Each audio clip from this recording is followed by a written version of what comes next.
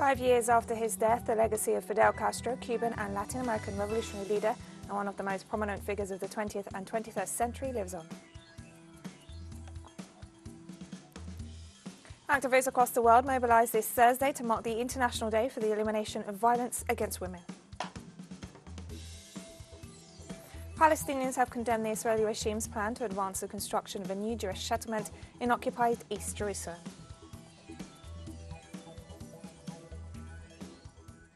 From the headquarters of teleSUR English in Havana, Cuba, this is From the South, and I'm Katrina Goss.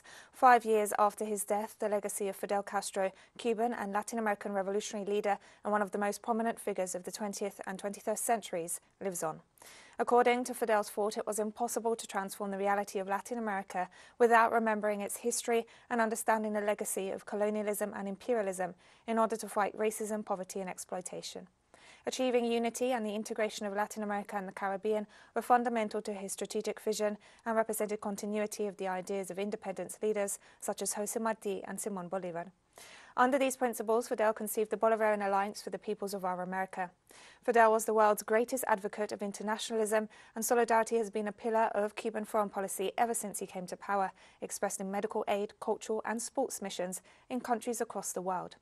Fidel's greatest legacy is to demonstrate that there are alternatives to neoliberal and hegemonic capitalist models and that certainly a better world is possible.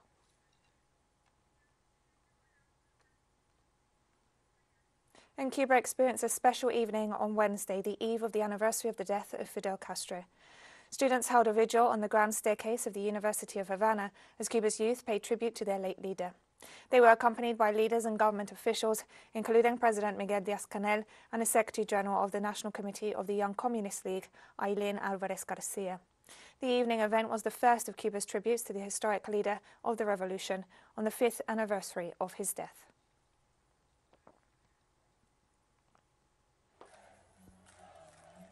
And 5 years after the death of the historic leader of the Cuban Revolution, the country's youth continue to find answers for the construction of socialism in his thought. Our correspondent Fabiola Lopez brings us more. The year marking the 5th anniversary of Fidel Castro's entrance into eternity has been intense for the Cubans. Attempts at a soft coup and a failed revolution of colors have permitted the current situation on the island.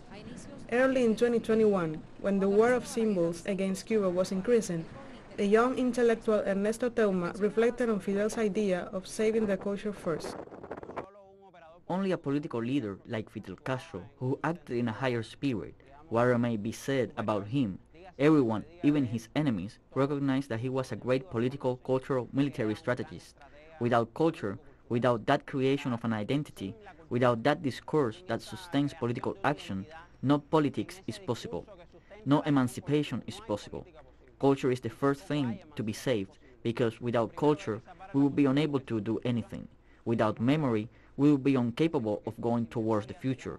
Without memory, we will be incapable of mapping the present, wouldn't we? Without culture, we will be unable to even consider building something different. For Josué Benavides, a new researcher at the University of Havana, Cubans are living today in a time of political readjustment in terms of ways of understanding reality and ways of interpreting the meaning of the historical moment. Hence the need, he warns, to readjust the revolutionary practices. You ask me if I see Cuba's socialism in danger.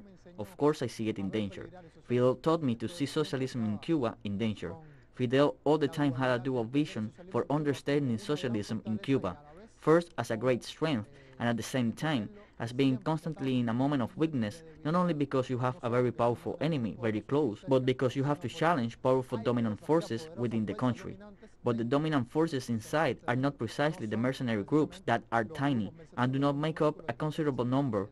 They barely drag social classes, but bureaucratization, corruption, differences between leaders and average citizens. These are powerful dominant forces inside Cuba's socialism, and the poor have to think a lot about that, precisely to continue deepening the revolution. When in April, the second leader of the 1959 epoch, Raúl Castro, announced that his term at the head of Cuba's communists was over, those who opposed the revolution thought that the post-Castro era was starting. Yet, young people like Luis Emilio Aybar emphasized that Fidel Castro still has a lot to say. All the time they have been predicting the post-Castro era, and perhaps what they do not take into account is that Fidel, The revolution is a compilation, it is a collective spirit, it is a school, and therefore this means that there is a Cuban revolutionary subject committed to those values, and therefore in some way we will continue in the Fidel era, which does not mean that we will not continue transforming, that we will not assume the task that is ours as a generation.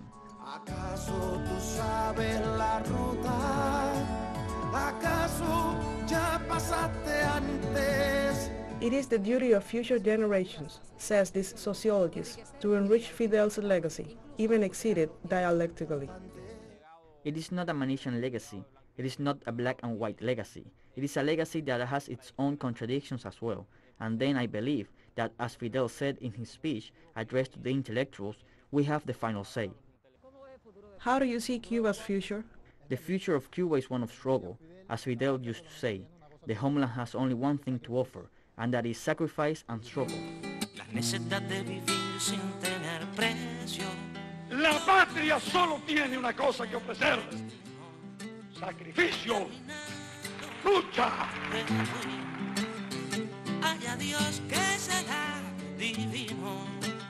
Everything will seem to indicate that 5 years after the physical disappearance of the man who led the first socialist revolution in America, his ideas on this island are more alive than ever. Fabiola Lopez, teleSUR, La Habana. And this Thursday, November 25th, also marks 1 year since the death of Diego Armando Maradona, Latin American and worldwide football idol and social activist. A year ago, Maradona passed away at the age of 60 after suffering a heart attack at his home in San Andres neighborhood, Buenos Aires, Argentina. Maradona's football career is a prominent part of his legacy, but he was also well known for supporting leftist leaders and causes in Latin America. After his death, several heads of state and prominent figures paid tribute to Maradona, as well as thousands of fans. Argentina's government decreed 3 days of national mourning to honor a man considered the greatest Latin American football player of all time.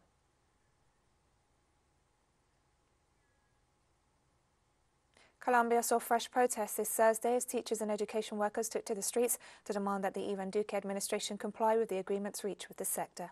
The Colombian Federation of Education Workers called for a new day of mobilizations to commemorate 2 years since the national strike of November 21, 2019, and the 5th anniversary of the signing of the 2016 peace agreement.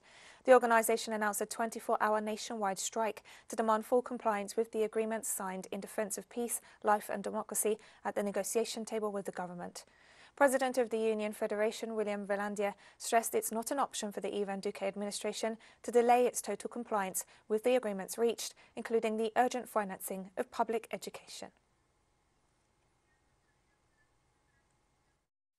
We cannot accept the shamelessness of the government in this delay to not fulfill with the agreements made at the negotiation table as part of the heritage of a country's teachers and educational communities, and therefore on the International Day for the Elimination of Violence Against Women. This is a call to all of our women because this affects them too. They are the union's majority. And we'll be right back after this very short break. Don't go away.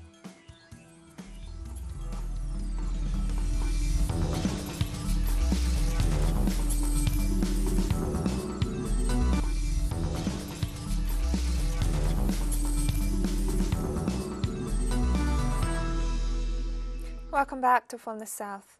A square dedicated to women victims of domestic violence was inaugurated in the French capital as activists stressed the debate about femicide and domestic violence needs to be present in public spaces.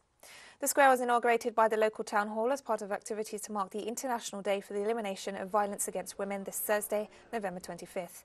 It provides a space for families to remember their loved ones and to campaign for justice, as well as to raise awareness of the issue in the country.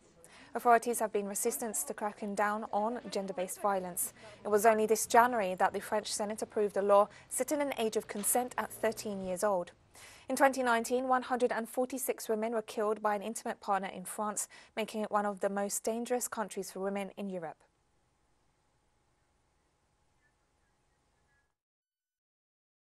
The inauguration of these squares is very important for the families because it shows them that we do not forget their loved ones who disappeared too soon, and it also tells the women victims of violence that we think about them, and it should be duplicated in many more places.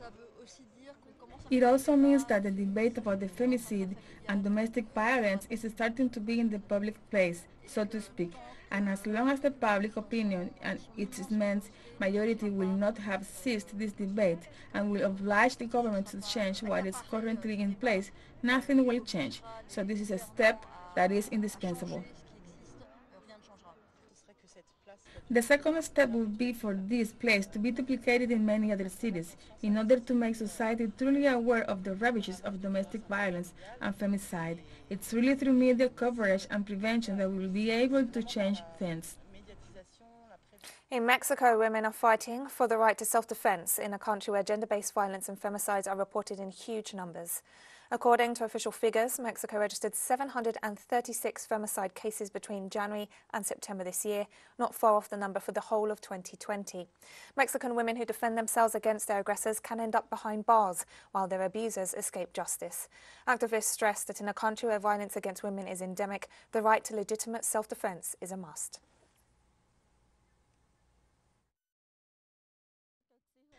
What I demand is freedom for my daughter Rosana because she only defended herself from the person who threatened her that he was going to kill her for defending herself and not being able to do what he wanted. What he wanted was to kill her apart from raping her. He had threatened her that he was going to kill her, and what she did was defend herself. Why should a woman who has suffered a crime to prove that she actually suffered a crime? In other words, the public prosecutor's office will have to make use of all the mechanisms to carry out a full impartial investigation without any gender bias. I think that in these cases of defense, of legitimate self-defense, there are many factors. There is the fact that you have a good defense, but the authorities do their jobs as it should be done. That is, the family believes you, that society supports you, that they look after you, protect you, and that the media really shows what it's like. And in Peru, people took to the streets to condemn gender-based violence as they marked the International Day for the Elimination of Violence Against Women this Thursday. Members of a theatre group in Lima reenacted a funeral to protest against violence against women in the country on Wednesday, ahead of the International Day that seeks to raise awareness of gender-based violence. Elsewhere in the city, activists lit candles demanding justice for the victims of forced sterilizations under the dictatorship of Alberto Fujimori, abuse which an estimated 270,000 indigenous Peruvian women were subjected to. Violence against women is part of our daily life.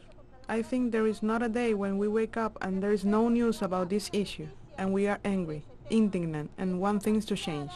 Violence against women is a pandemic. We have a COVID-19 pandemic, but we already had a pandemic of femicide violence. Where is the love for that daughter, for that mother who has been murdered, who has been taken from us? I really demand that justice be done, that there be no more impunity, no more violence, no more girls raped, because unfortunately there is a lot of sexual violence. The Catholic and evangelical churches in Honduras have called for a peaceful election on November 28th and urged people to exercise their right to vote in a country that has seen high levels of political violence during the campaign. Both churches made the statements in the midst of the pre-election silence period currently in force across the country. Religious sectors called on all institutions, political sectors and citizens in general not to use the elections as a means to create a socio-political crisis in the nation. They also insisted that all members of society contribute to the good governance of the country after the elections. The statements come in the midst of the distribution of the electoral materials and a wave of political violence that has seen over 30 assassinations of candidates and more than 60 reported attacks. And we have more stories coming up after this final short break. Stay with us.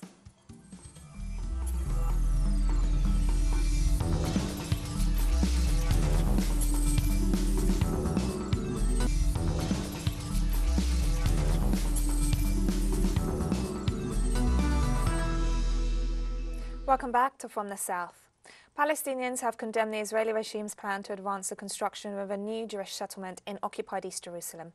Local authorities have approved the plan for the construction of a new residential neighbourhood with thousands of homes for ultra-Orthodox Jews in a large area located at the site of the old Atarot airport, sandwiched between the Palestinian neighbourhood of Kaf Akab and the Kalandiya refugee camp in the far northwest corner of the city, largely beyond the separation wall with the occupied Palestinian territory of the West Bank. The Palestinian Foreign Ministry condemned the plan and urged the international community to intervene to prevent its implementation, as it marks yet another illegal move to expand Jewish settlements and the annexation of East Jerusalem in violation of international law. A car bombing left at least 8 dead and 17 wounded in the Somali capital, Mogadishu. The bomb was detonated around 7:30 a.m. near a school. Students and teachers were among the victims, while several sections of the facilities were destroyed. The bombing was claimed by the armed group Al-Shabaab, who said it intended to strike a United Nations security convoy passing near a school in Mogadishu. The Al-Qaeda-linked armed group said in a statement carried by its Andalus radio that Thursday's attack targeted Western officials being escorted by the peacekeeping convoy. The peacekeeping force was meant to withdraw from the country, but its mission could be extended amid concerns that Somali forces are not ready to assume responsibility for security. It was not immediately clear if any UN personnel were among the casualties.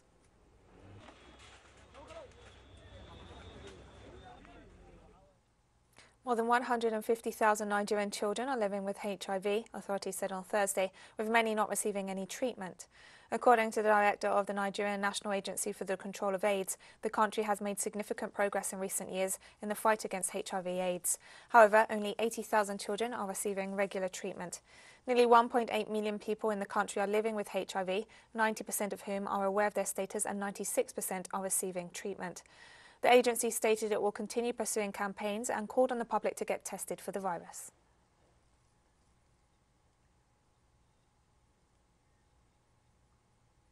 The Chinese and Iranian foreign ministers held a video conference to discuss strengthened bilateral relations and cooperation. Wang Yi and his Iranian counterpart Hossein Amir-Abdollahian spoke on Wednesday and emphasized that this year marks the 50th anniversary of the establishment of diplomatic ties between China and Iran. The Chinese foreign minister said that his country is ready to work with Iran to implement the Comprehensive Cooperation Plan and push for new achievements in the China-Iran Comprehensive Strategic Partnership. Wang noted that the so-called Summit for Democracy proposed by the United States is in essence a move to instigate division in the world under the banner of democracy. For his part, Abdollahian said the Comprehensive Cooperation Plan takes bilateral relations to a new stage and stressed that Iran resolutely opposes unilateralism, bullying, double standards and interference in China's sovereignty and internal affairs.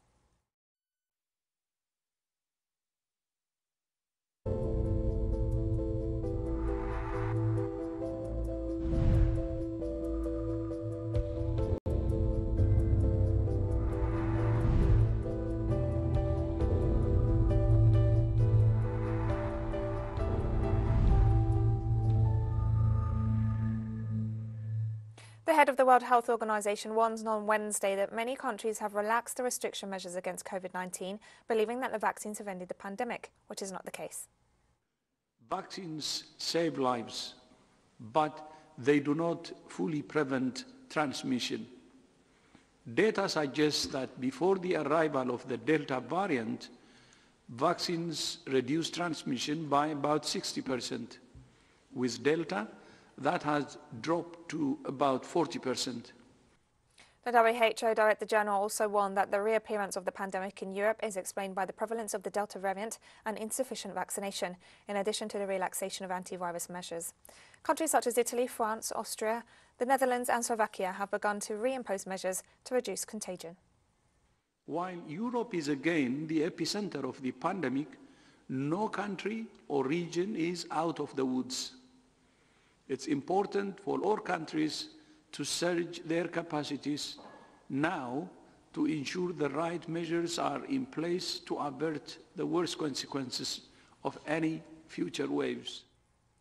And in response to a surge of COVID-19 cases across Europe, Italy announced new measures, including an accelerated booster dose of the vaccine and restrictions on non-vaccinated people. From December 6, only vaccinated people and those who have recovered from COVID will be able to access restaurants, bars, cinemas, theatres and fitness centres. In this phase of the epidemic's progress and of such a complicated international context, we believe that for a period of time, which we indicate as being between the 6th of December and the 15th of January, we're introducing a strengthened version of a so-called Green Pass, in which, in order to have access to this certificate, only two functions remain in force. A Green Pass can only be obtained if you have been vaccinated or have recovered from COVID-19. South African scientists have detected a new COVID-19 variant in small numbers and are working to understand its potential implications. The National Institute for Communicable Diseases said on Thursday that 22 cases of a new COVID-19 variant had been recorded following genomic sequencing collaborations between the institution and private laboratories. The acting executive director of the institute said although the data is limited, experts are working overtime with all the established surveillance systems to understand the new variant and its potential implications. Authorities said the new strain is behind a huge increase in reported cases, with daily infections shooting up to more than 1,000 on Wednesday. They also urge people to get vaccinated, wear masks, practice healthy hand hygiene, maintain social distancing and avoid crowded places. And we've come to the end of this news brief. Remember, you can find these and many other stories on our website at telesurenglish.net. You can also follow us on social media for all the latest news. We're on Facebook, Twitter, Instagram and Telegram.